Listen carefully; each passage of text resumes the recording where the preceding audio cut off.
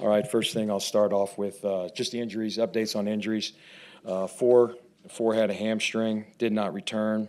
8 had a knee, did not return. 81, Holtze is in the concussion protocol. And then obviously 24, Herbs returned to the game. So that's all I have on the injuries at this time. Uh, Obviously, it was a game of two halves. I thought that we played good football there in the first half, and we're doing the things that we wanted to do.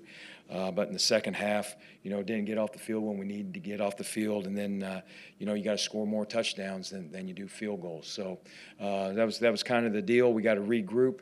We're not going to feel sorry for ourselves. No one is. But we're at the halfway point of the season. It's not the end of the season. It's the halfway point. There's still a lot of football, and we'll stay the course and go and get better. Questions? The fourth and one on Justin's touchdown run. Did you know going into that third down that you were going to go for it? I did. I knew if it was the right down and distance, we were going to go for it. Yes. And then, from your point of view, walk us through what you saw with Justin going right, getting stopped, and doubling back. Good football player. I think number one improved today. I thought you saw he made plays with his legs. He led our team. I thought he threw the ball well. He gave us a chance, and obviously he's a special player. I mean, he made nothing into something and got us going there. So real pleased with him, and that's the story of a rookie quarterback. You saw a guy get better, so I'm excited about that. Chris, operationally, what was different for you today? How did you balance the things you had to do as a head coach with what you always have to do as a special team coordinator? My assistant took a major role in the special teams area, and I was still involved, and we're still on the same channel. And then just always trying to be 4 or 5 plays ahead during the game. And then I knew that once you got into the game and the flow of the game, it would lead you to answers maybe that you want to do. Do you want to go for it here, or just go ahead and take your points here, and those type of things. So, I didn't find it hard. Chris, just in general, how uncomfortable or comfortable were you in the acting head coach role? I was extremely comfortable, and it's at the end of the day, we're football coaches, and leading men to do something and get something accomplished. And in the special teams world, I have a team meeting each and every day. So leading players, that's what a special teams coordinator is supposed to do.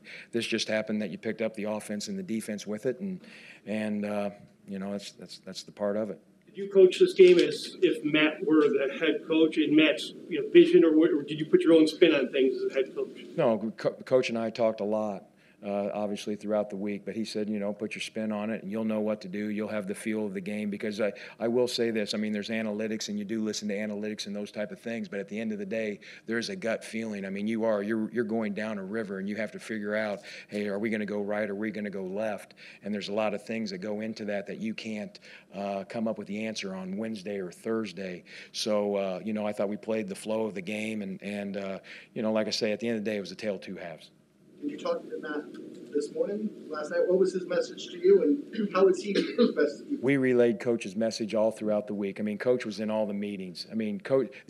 Obviously the difference thing was he just wasn't there in person, but he was in the meetings. And I visited with Coach last night. I visited with him this morning, and I'm disappointed that we didn't get the win for him, and that hurts. Did you feel like the defense sort of wore down there? In the end, they were barely on the field the first half, but they were running the ball right through them. No, we didn't get the stops that we needed to, and there's no doubt about that. I think what did they score 7 straight times or something like that? So you can't argue that fact. But there's in that room, I'm still going to jump in a foxhole with all those guys, and we're going to work to get better. And I know that's big coach speak, but we're a team, we're a family, and we're hurting right now. But we got to bounce back. How deflating was that 83-yard catch and run by Sam? On the screenplay right there, yeah, no, that hurt. That did. That was a great play by them. You get them in 3rd and 20, and you always think that you're going to get off the field and set yourself up possibly for a short field situation. It didn't happen, but we got back and tied it, and then unfortunately missed the extra point there. But we just got to keep moving. Coach, in the third quarter, with about 6 minutes left, right before Jimmy ran for a 2-yard touchdown or whatever it was, it seemed like you guys played with 10 men on the field defensively. Did you see that, and what was the communication breakdown? We did have 10 there on, and at that time, I knew it was going to be a tight ball game. In the second half, those timeouts are gold bricks to me, and sometimes you got to weigh where they're at on the field and roll the dice. and I elected to roll the dice. Did you consider going for 2 after Fields' touchdown? I did not. We were going to go ahead and tie it up right there.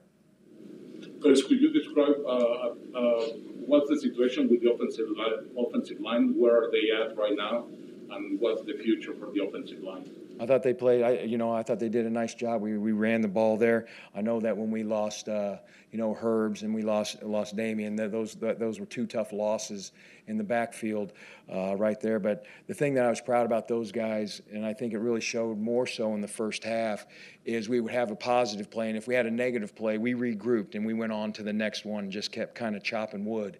And I was real pleased with that. And I think that's why we played well in the first half. In the second half, we just didn't, we didn't overcome the things that we needed to. Chris Tabor's obviously been so good for you. What happened on the missed extra point, and then It was wide right, correct? Because I can't tell from my vantage point. Wind right there, and when you got the ball up in the air, I didn't know if it was going to actually, this is going to sound crazy, too high to where it gets up a little bit more in the jet stream there. And, that's disappointing. Do I think he's still going to make kicks? He is. What is he now, 51? Is that what he is on extra points? I'm still, I think I'll stick with him. on the heels of the big play that Justin made, though, did that feel like the momentum kind of shifted back to? I didn't think so. At the end of the day, what we said in the huddle, guys, we're going to have a field goal to win it. So whether the game was tied or you're down 1, we're still going to need another kick. And that's football right there. So, he needs to make that.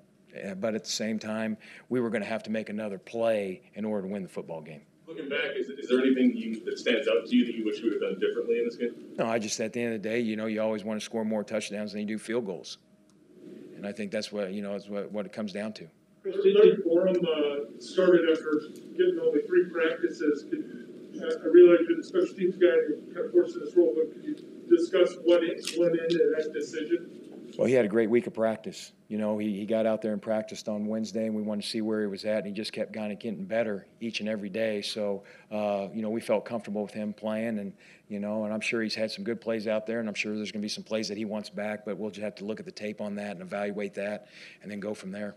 The outcome notwithstanding, was this fun for you? Was there a moment when you walked out and you take a minute to kind of take it all in? Not many people get to be the head coach of an NFL team. No, maybe for a second, I told myself that I'll enjoy it and look back at the end of the year when the season is over. Now the focus, you move on to Pittsburgh, and they'll create their own, problems that we got to get handled. But the coach asked me to step in, and that's my job, and that's what I wanted to do. Did you get a sense of? I'm sorry. Oh, sorry. Did you talk to Nagy after the game? Did you get a chance? I haven't talked to Coach yet, and looking forward to visiting with him. Chris, did you get a sense here from your own viewpoint or talking to Sean about what was giving up some of the big plays they were creating throughout the game? I did not get with Sean on that, so I don't have an answer for that. Coach elected to defer to the second half so you can get the ball coming out the second half. You were positioned pretty well to be able to get the last score before the first half and then get it back. You go up that huge play. Kendall lets Deebo Samuels get behind him. How deflating is that? That was. They have no timeout. No, that was disappointing because I always call it 2 for 1, and that's what we were trying to play right there, 2 for 1. I think Kyle banged a timeout right there, and we had to kick the extra point. But obviously, you want to score with not a lot of time left. If 0, ideally, and then you get the ball out and try to score there and get the 2 for 1. And then when they went down, we kicked the field goal, and then they finished off with a field goal. So it kind of went, on par right there. Were there more line runs for Justin today than in past games? I don't have that answer for you. I'm sorry. I was special teaming it up all during the week. Thanks, guys. Thanks, everybody.